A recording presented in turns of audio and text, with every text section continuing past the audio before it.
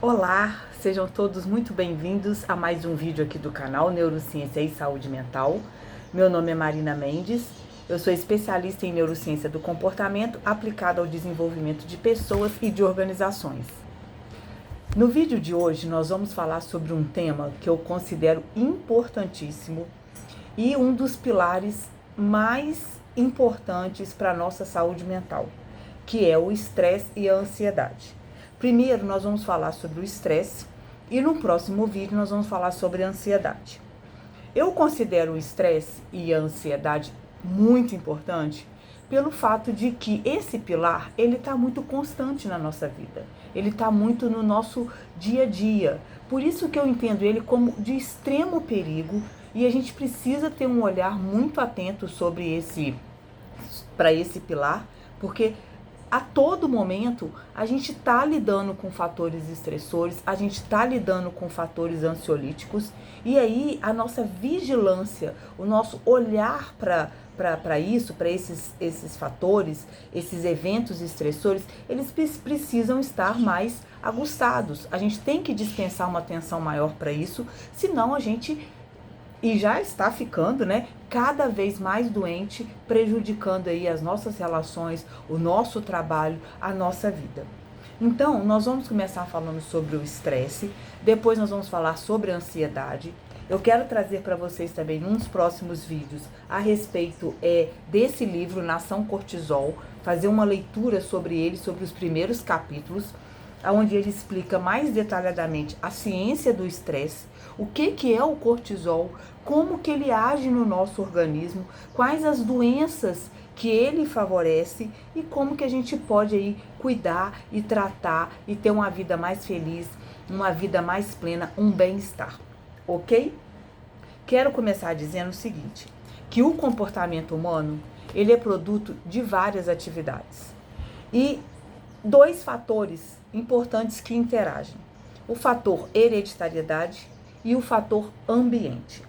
Se a gente pensar no fator hereditariedade, a gente pode dividir em dois aspectos. Aquele que você herda da sua família, o genético, e os epigenéticos, ou seja, aqueles que de acordo com o seu estilo de vida, você leva uma alteração na expressão do gene. E aí você acaba adoecendo, que é o caso do cortisol, que tem a capacidade de transpor a barreira hematocefálica das células e aí alterando a expressão genética. Tem um estudo muito interessante sobre isso que demonstra em roedores como que em gerações, por conta de um fator externo estressor, houve essa alteração da expressão genética e esse gene ele foi repassado. Vou trazer ele para vocês quando a gente falar a respeito desse livro Nação Cortisol. E tem as questões ambientais, os fatores ambientais, que, a meu ver, são dois, os fatores externos e os fatores internos. Os fatores externos é o meio ambiente que a gente está, é os relacionamentos, é o sono, é a atividade física, é a alimentação, é o nosso estilo de vida, é aquilo que a gente pratica no nosso dia a dia que favorece aí de sobremaneira a nossa saúde, o nosso bem-estar. E a gente pode falar também, e muito importante, dos fatores internos, que muitas vezes as pessoas ignoram, que é com relação aos nossos sentimentos, aos nossos pensamentos, ou seja, a gente tanto tem top-down quanto bottom-up, ou seja, a mente influenciando o corpo físico e o corpo físico influenciando a mente, influenciando o nosso psicológico. Então é importante que a gente entenda esses fatores como preditores, como produto, como fatores que influenciam o nosso comportamento. Então o nosso comportamento ele é produto desses fatores e é muito interessante a gente prestar atenção em todos eles. Tanto os fatores de hereditariedade, que são os genéticos e os epigenéticos, quanto os fatores ambientais. Porque fatores ambientais, pessoal, influenciam sim, moldam nossos comportamentos, são importantes e se a gente não ficar atento, quando a gente vê, a gente está aí nesse emaranhado da vida, nesse redemoinho de urgência e importância do nosso dia a dia, de modo que a gente adoece. Então esse tema ele é crucial para a nossa saúde mental. estresse, né? Estresse é um fator de risco para diversos quadros psicológicos, como mudanças de humor em bipolares, descompasso emocional, desenvolvimento da depressão e principalmente da ansiedade. Nós vamos ver que estresse e ansiedade, eles são muito parecidos. Mas vamos começar do início, né? E eu gosto sempre de começar pelo conceito, porque o conceito sempre traz algumas características daquele tema que são importantes. O estresse é uma resposta endocrinológica, ou seja, envolve o sistema endócrino e a liberação de hormônios em situações de perigo real ou potencial. Esse processo, vamos entender as partes, né? Por partes. Esse processo, ele é orquestrado. O que quer dizer isso? Significa que hormônios específicos são liberados em cascata quando enfrentamos um perigo. Então, o estresse, ele está ligado a eventos que a gente considera perigo. Só que esse perigo, ele pode ser real, como, por exemplo, você está prestes a ser atacado por um cachorro bravo, ou ele pode ser em potencial, como uma ansiedade, por exemplo, por uma apresentação pública. Ou seja, ele está de acordo com a sua percepção, né? E aí, essa questão do estresse ser potencial, nós vamos ver que ele é absolutamente subjetivo. E é aí que entra a nossa capacidade de reprogramar, a nossa neuroplasticidade, é aqui que entra a gente adquirir repertório comportamental, é aqui que entra a gente adquirir uma inteligência emocional para a gente poder controlar esses nossos pensamentos, esses nossos sentimentos com relação a esse perigo potencial e trabalhá-lo de maneira que não nos adoeça. Nosso corpo, nosso cérebro, ele não distingue o que é real e potencial, o que é real do que é imaginário. As respostas fisiológicas, elas são semelhantes em ambos os casos, embora, claro, a intensidade possa variar. Porque um perigo real, a intensidade daquele estresse, daquela resposta, né? Ela é muito maior, porque ela é real, ela está ali, ela é factível. Você não tem contra-argumentos, não é isso? Contra fatos não tem argumento. É perigoso, o perigo é real e pronto. Esse mecanismo, ele é evolutivamente conservado, ou seja, o eixo de respostas ao estresse, o HPA, ele é um eixo evolutivamente conservado. Por quê? Porque ele é necessário, ele foi necessário e ainda é para a nossa sobrevivência. Tanto é que ele está presente desde animais primitivos até os humanos, o que mostra a importância desse eixo do estresse para a nossa sobrevivência. Então, olha só, mas o que acontece hoje? Né? O nosso eixo HPA, o eixo de liberação do cortisol, que favorece aí o estresse, ele foi preservado na medida em que ele é necessário para a nossa sobrevivência. Ele foi necessário para a nossa sobrevivência, enquanto nossos ancestrais coletores, caçadores, viviam dentro de um contexto onde a única coisa que eles precisavam era comer, beber, um abrigo para dormir e se reproduzir. E eles precisavam desse mecanismo de estresse para poder buscar isso, para poder sobreviver. Senão, certamente, a nossa espécie não teria sobrevivido até hoje, teria se extinguido, né? E muito em razão desses fatores estressores que nossos ancestrais precisavam ter ali o seu sistema de luta ou fuga bastante preservado, bastante aguçado, para poder perpetuar a espécie. Então, um nível específico de estresse, ele pode ser benéfico, ajudando a gente a melhorar o desempenho e a nossa adaptabilidade aos eventos aí que surgem na vida. Só que, como eu disse, né, nós precisamos criar uma inteligência emocional e um repertório comportamental para identificar quando que nós estamos além desse nível do aceitável de estresse, pois o excesso, ele pode levar a problemas graves. E aí, pessoal, falando novamente, essa percepção de perigo potencial, ele depende da nossa percepção, ele depende do nosso julgamento. Um evento, ele pode ser nocivo para um e não nocivo para outros. Falar em público para determinadas pessoas é uma situação de perigo, para outras é tranquilo. Então, esse perigo potencial, ele é absolutamente subjetivo. E é aí, como eu disse, que entra a nossa capacidade de reavaliação, de inteligência emocional, de criar um repertório comportamental para poder lidar com esses fatores, de modo a gente não adoecer. O estresse ativa o eixo HPA, que envolve hipotálamo, pituitária e as glândulas suprarrenais. Quando a gente percebe uma situação estressante, o hipotálamo libera um hormônio, o CRH, que é o hormônio liberador de corticotrofina, que estimula a pituitária a liberar o ACTH, o hormônio adrenocorticotrófico. Esse hormônio viaja pelo sangue, cai na corrente sanguínea e vai até as glândulas suprarrenais, que são as glândulas que ficam acima dos nossos rins, que libera o cortisol. E é aí que começa o problema, pessoal, porque os efeitos do cortisol, eles são variados em vários tecidos do nosso corpo. Primeiro deles, o sistema imunológico. O cortisol suprime a função imunológica, o que pode levar a maior suscetibilidade a doenças, ou seja, cortisol é imunossupressor. No fígado, ele aumenta a gliconeogênese, que é a produção de glicose. Por quê? Porque você precisa de energia para enfrentar o estresse. Só que ao mesmo tempo que ele libera glicose, né, ele pode aumentar também a sensibilidade à insulina, levando muitas vezes, quando isso é muito, né, muito estressante, muito cortisol, a diabetes tipo 2. Nos músculos, o cortisol promove o catabolismo de proteínas, prejudicando a regeneração muscular e óssea em casos de estresse crônico. Olha a gravidade disso, né?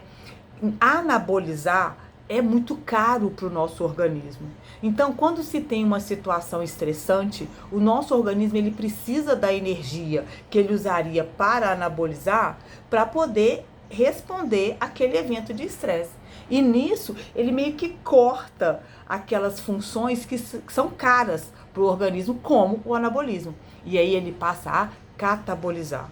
No tecido adiposo, ele favorece a lipólise, ou seja, a quebra de gordura para mobilizar energia, justamente para isso, né?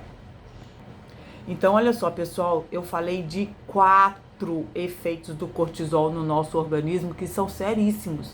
Ele é imunossupressor, ele é gliconeogênese, ele promove o catabolismo e ele favorece a lipólise. Olha só como que como que tem consequências muito sérias esse estresse constante, crônico, que a gente anda vivendo por aí. Por isso que eu disse que o estresse, para mim, é um dos pilares mais importantes da nossa saúde mental. Porque a gente está sempre nesse modo ativo de estressado, não é verdade? Trânsito tem principalmente o potencial, porque o real, você lida com ele. Então, pessoal, o estresse real, ele é real, né? Ele vem, ele tá ali, ele acontece e a gente reage àquilo ali, né? A gente tem essa liberação do cortisol para promover esse gasto energético. E aí a gente vai lá, enfrenta aquele perigo que é real, passou, acabou, a vida que segue. Só que o estresse causado por aquele perigo que é potencial, ele é subjetivo, ele é de acordo com a nossa percepção. E muitas das vezes é com eventos que estão no nosso dia a dia, de maneira que a gente não consegue ficar livre deles, né? É o trabalho, é o trânsito, é chefe, é boleto para pagar, né? É questões familiares, de relacionamento. São questões ambientais que a gente tem que trabalhar na gente outros aspectos, mudando a nossa percepção daquilo ali, né? A nossa lente, né? Através das quais a gente vê o mundo, a gente interpreta aquele evento.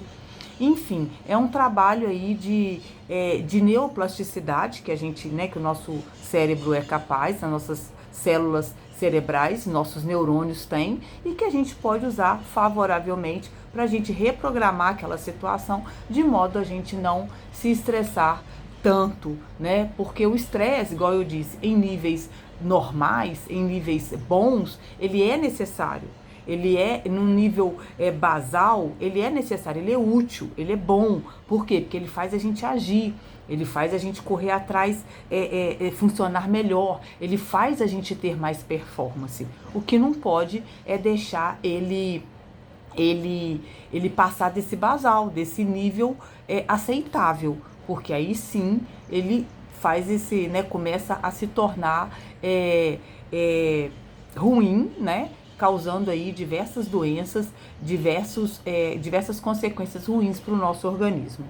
Agora, pessoal, uma coisa interessante, existem 2 fatores que influenciam a liberação do estresse, que se comunicam com o hipotálamo para a liberação do cortisol, que é o ciclo circadiano e o estresse. O ciclo circadiano também influencia muito a liberação do cortisol. Então, um ciclo circadiano regulado, ele é essencial para manter os níveis saudáveis de cortisol, ajudando aí na mobilização energética e no alerta, né? Nesse estado de alerta, de vigília que a gente fica. Então, olha só, ciclo circadiano, pessoal, é dormir bem, né? É ter o nosso ciclo circadiano regulado, é aquele sono ajustado, no horário certinho, fazendo aquele protocolo do sono, que a gente até tem vídeo aqui a respeito disso no canal, né? Um protocolo ouro para nossa qualidade de sono, que eu disponibilizei para vocês. E isso é fator crucial para manter níveis saudáveis de cortisol. Estresse crônico pode levar a problemas como depressão, redução da memória de trabalho, das funções executivas, aumento da impulsividade e da agressividade. Ele também hipertrofia a amígdala cerebral, aumentando aí a detecção de perigo e contribuindo para uma visão pessimista e inflexível do mundo. Então, olha só, a amígdala é um órgão, né? Um órgão do nosso, um órgão cerebral que está muito ligada à detecção de perigo. Então, todas as vezes que a gente detecta esse perigo em potencial, a nossa amígdala ela fica hiperativa. E no que a amígdala ela se hiperativa, uma série de consequências é desencadeada no nosso cérebro a nível cognitivo.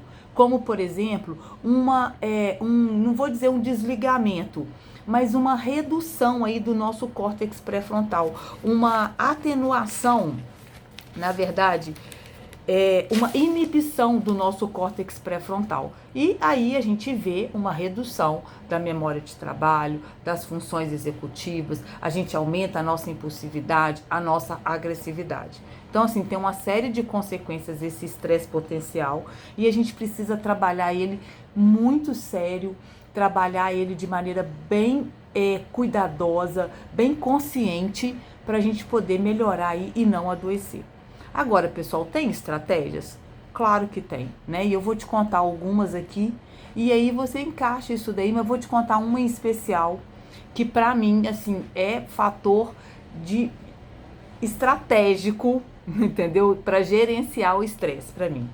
Primeiro, eu vou deixar ele por último. Na verdade, são 2, né? Mas um tá ligado ao outro. Diário do estresse. Olha só, pra gente ter consciência, ou seja, conhecimento daquilo que nos estressa, daquilo que causa na gente essa liberação excessiva aí de cortisol, que é crônica, muitas das vezes, a gente precisa se conhecer, precisa entender o que no nosso dia a dia, né, nos causa, é uma fonte de estresse. Então, primeiro ponto, avaliar o nível de estresse diariamente, tá?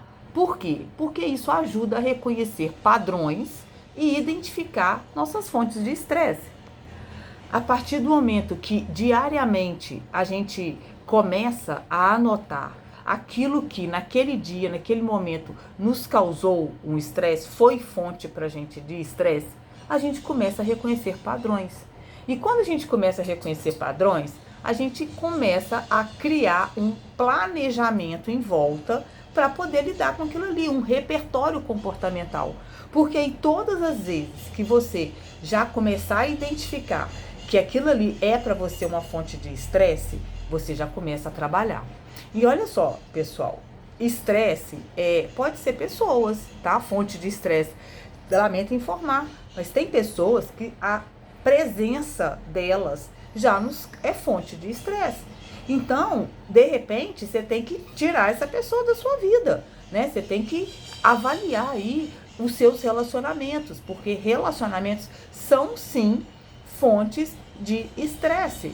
Então, de repente, você vai, nessa sua identificação, nessa sua avaliação, você vai começar a reconhecer padrões e a identificar não só eventos estressores, no sentido de acontecimentos, mas também de pessoas. E aí você identifica esse padrão e pensa aí, será que vale a pena a gente manter esse relacionamento, manter essa amizade? Tira fora, tá? Vou deixar os dois mais importantes para o final. Técnicas de relaxamento. Pessoal, meditação, mindfulness, respiração diafragmática fazem com que a gente tenha um olhar, porque olha só, o estresse é um perigo em potencial, né? Você identificar num evento estressor que aquilo é um perigo potencial, tá? Que você, em algum momento, você vai ter que lutar ou fugir daquilo ali. Teoricamente, se você parar para pensar, são eventos que não estão acontecendo no real, que está no seu imaginário. Quando você pratica uma meditação, quando você pratica o mindfulness, né, que é a atenção plena ao seu momento presente, você volta a sua atenção, você volta os seus sentidos para aquilo que está acontecendo naquele momento. E aí você começa a reprogramar o seu fluxo sanguíneo, aí, seus pensamentos, seus sentimentos, e entender que aquilo não está acontecendo, que aquilo ali não é um perigo real. Ele está na sua percepção, ele está na sua interpretação subjetiva do que é um perigo. E aí, através dessa regulação bottom-up, né, porque existe um nervo vago e esse nervo leva a informação para o nosso cérebro e fala assim, ó, acalma a respiração através do exercício físico, né, respiração diafragmática, mindfulness, meditação. Você começa a acalmar aqueles efeitos fisiológicos, né, sudorese, respiração ofegante, ataque cardíaco, né? Você vê um coração batendo forte, dilatação da pupila, boca seca. Com isso, esses aspectos fisiológicos vão voltando ao normal. E essa informação é levada para o seu cérebro através do nervo vago. Você vê a importância desse nervo.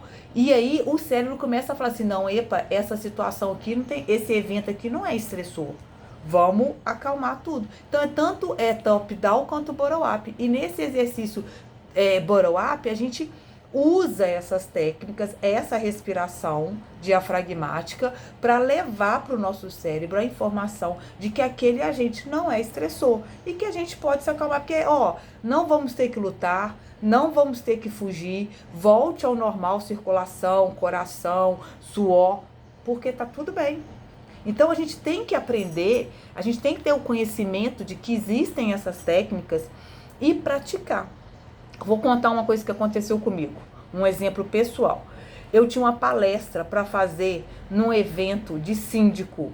Eu trabalho numa imobiliária, a gente ia falar sobre Airbnb, né, sobre locação temporária, e eu estava muito ansiosa, muito preocupada. Por quê? Porque eu nunca tinha falado num evento assim.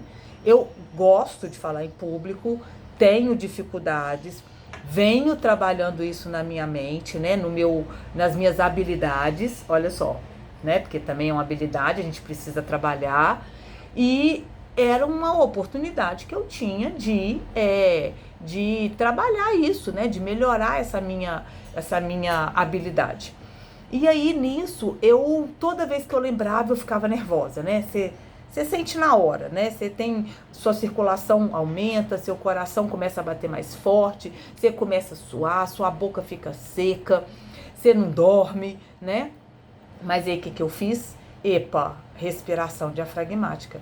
Todas as vezes que eu lembrava desse evento, eu fazia 10 vezes essa respiração profunda, de inspirar e expirar o ar lentamente.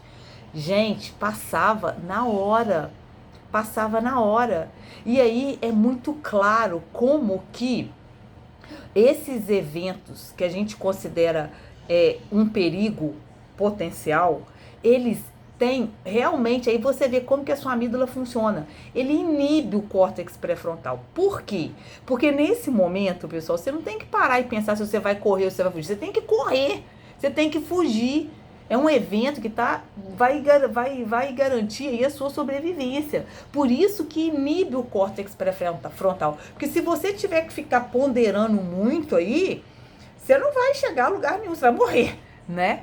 Então, e aí, igual eu falo, pode ser um evento, um potencial, um perigo social, um perigo do seu trabalho, de uma pessoa. E nesse caso era a palestra, era falar em público. E aí, a gente vê que quando a gente está nesse estado de estresse, né, dos aspectos fisiológicos do nosso organismo, porque ele tem o condão de alterar o nosso sistema nervoso simpático, você não raciocina, né? Você vê que realmente altera lá as nossas funções de trabalho, de memória, de capacidade de raciocínio, de ponderação, de pensar, por causa disso. Porque tem uma hiperativação da amígdala, e a amígdala, quando ela está hiperativada, ela inibe as funções do córtex pré-frontal. Você vê neurociência na prática, né? Você vê como que a neurociência ajuda a gente a lidar com os fatores estressores do nosso dia a dia. Tem mecanismos, funcionam, eu já pratiquei, já vi que funciona e pode fazer isso aí que todas as vezes que você estiver diante de um fator estressor, de um evento estressor, respira profundamente, solta o ar lentamente, né?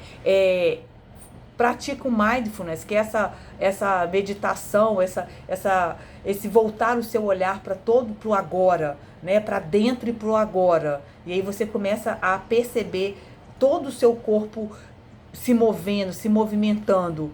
E nisso você leva para o seu cérebro a informação de que aquele evento ali não tem nada de perigoso, não tem nada de risco. E modula, né, do top-down, novamente toda aí o seu sistema nervoso simpático.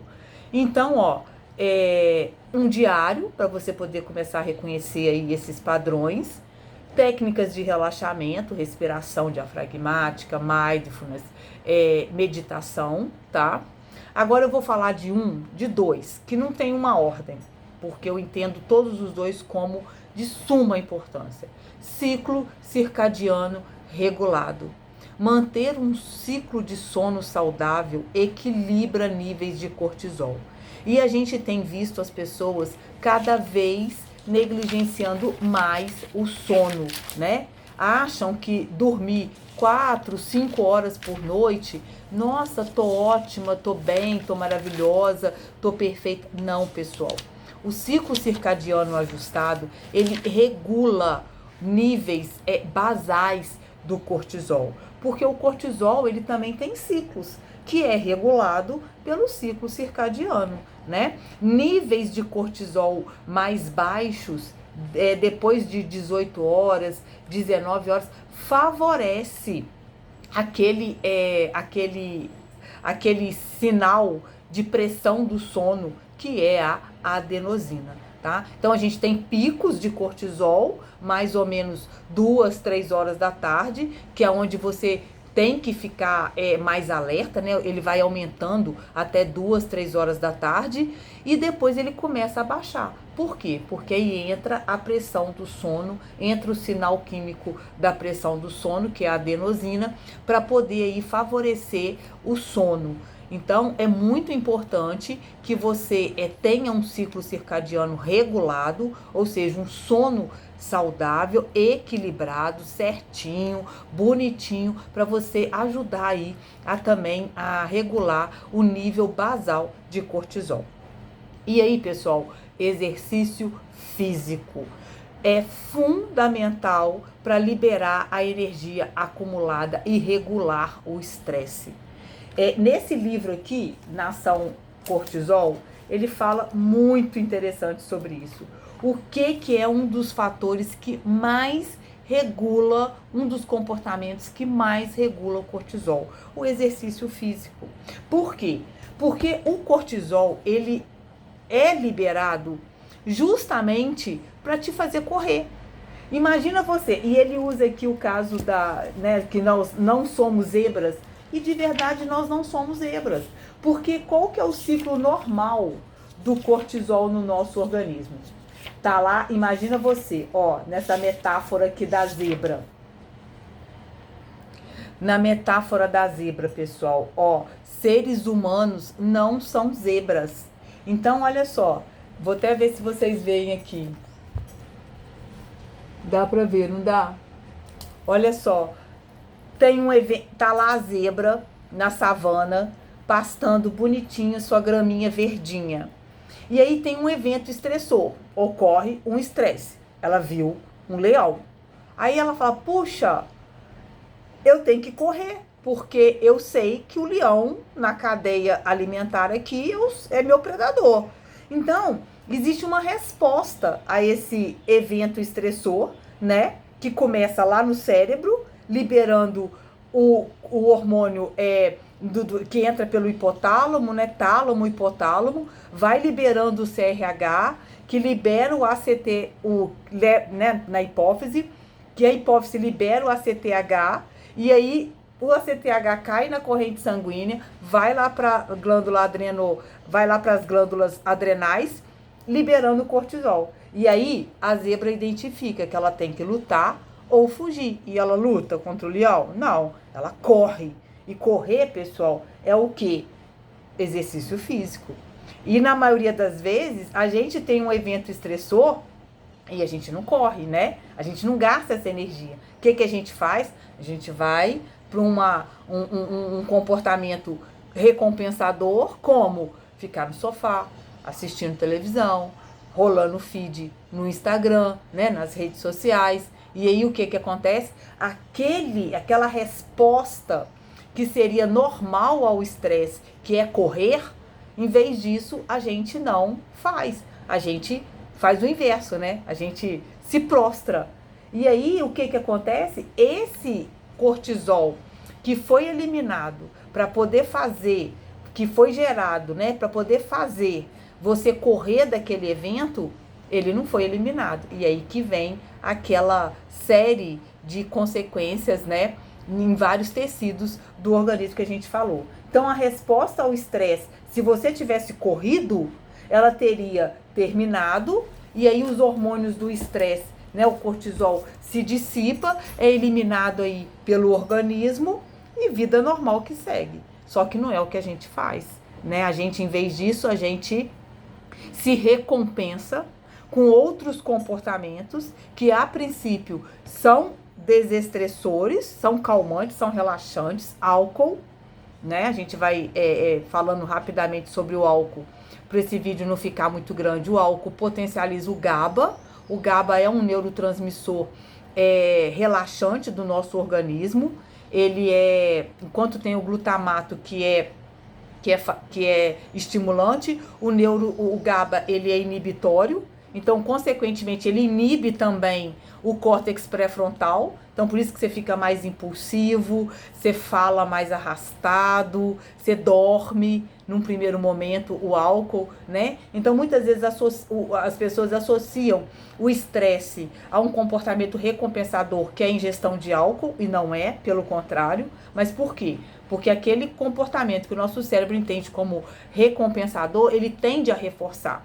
E aí você vai precisando cada vez mais daquilo ali. Em vez de você pegar esse agente estressor, pegar esse cortisol, esse agente estressor, ou trabalhá-lo na sua percepção, que a gente, né, que seria o ideal, adquirir repertório comportamental, ou então você criar uma forma de dissipar ele, que é exercício físico, treinar, correr, fazer uma caminhada, entendeu? Então isso aí tudo naturalmente você faria com que o cortisol ele se dissipasse no seu organismo e aí você voltaria ao seu estado basal. Então, olha só, diário, exercício físico, regular o ciclo circadiano e técnicas de relaxamento. Estou dizendo aí quatro comportamentos, 4 práticas, 4 estratégias que a gente pode usar para gerenciar o nosso estresse. E aí, aprender isso, fazer isso de forma regular, com certeza melhora muito o nosso estresse. Estresse, pessoal, que fique bem claro, é uma resposta natural e necessária para a sobrevivência. O excesso leva a problemas graves de saúde, é preditor de depressão, é imunossupressor, é fator preditor da diabetes 2, tá? Onde você tem uma sensibilidade à insulina, leva ao catabolismo. Então, o cortisol no organismo tem consequências muito sérias. E é crucial a gente aprender a gerenciar o estresse, identificando quando que ele é útil e quando que ele se torna prejudicial. Então é isso que eu queria dizer para vocês sobre o estresse. No próximo vídeo nós vamos falar sobre ansiedade. Se você entende que alguém aí, né, que você conhece, que está precisando de ouvir essas dicas aí que a gente deu a respeito do estresse, manda para essa pessoa esse vídeo, compartilha. Se você gostou, dê o seu like, dê o seu joinha. Já se inscreve aqui no canal para você continuar recebendo esse conteúdo aí dos próximos vídeos. Nós vamos falar sobre ansiedade, nós vamos falar sobre o burnout, né, que é essas questões dentro do ambiente de trabalho, e nós vamos finalizar, nós vamos passar pelo esse livro Nação Cortisol, falando de alguns aspectos aqui muito importantes sobre o estresse mais profundamente, principalmente essas doenças que são causadas pelo cortisol, pelo estresse crônico. E nós vamos finalizar com a NR1, que é a norma regulamentadora número 1, que gere aí todas essas questões psicossociais dentro do ambiente de trabalho. Obrigada para quem ficou aqui até o final. Espero que esse vídeo seja útil e até o próximo.